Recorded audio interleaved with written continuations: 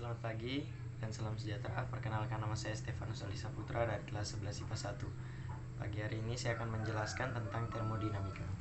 Termodinamika merupakan salah satu cabang fisika yang membahas tentang suhu, kalor, dan besaran lainnya yang berkaitan. Dalam termodinamika dikenal dengan dua istilah, yaitu sistem dan lingkungan.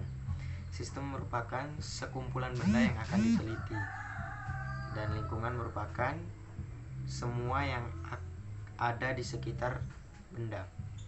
Ada dua sistem, yaitu sistem terbuka dan sistem tertutup. Sistem tertutup merupakan sistem yang di dalamnya tidak ada massa atau energi yang masuk atau keluar. Dan sistem terbuka adalah sistem yang di dalamnya ada massa atau energi yang keluar maupun masuk. Ya, usaha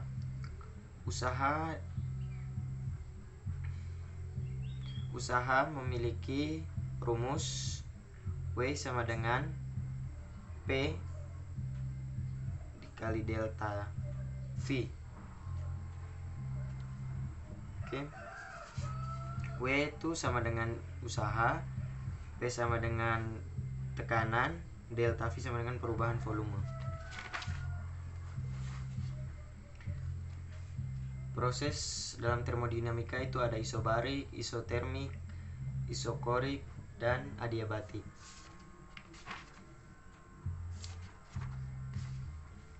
Hukum 1 termodinamika yaitu berbunyi sejumlah kalor Q yang diterima dan usaha W yang dilakukan terhadap suatu gas dapat digunakan untuk mengubah energi dalam.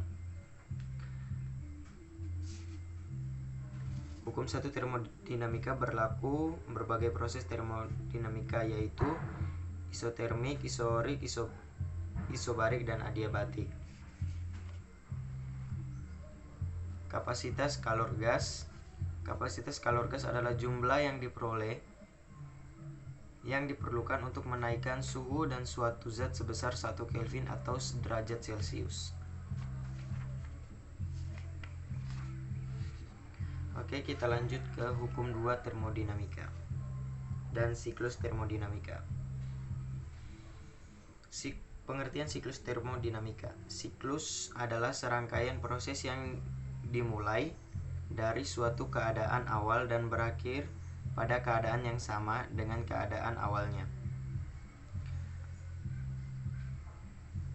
Yang kedua, siklus Carnot. Yang pertama, pemuaian secara isotermik. Yang kedua, pemuaian secara adiabatik, pemuaian secara isotermik, penempatan secara isotermik, dan pemantapan secara adiabatik. Oke. Selanjutnya adalah entropoti dan hukum 2 termodinamika. Entropoti diartikan sebagai ukuran ketidakteraturan dalam sistem tertutup. Peningkatan entropi diikuti oleh penurunan jumlah energi yang tersedia. Semakin tinggi entropi, semakin tinggi ketidakteraturannya. Yang terakhir hukum 2 termodinamika berbunyi kalor mengalir secara alami dari benda yang panas ke benda yang dingin.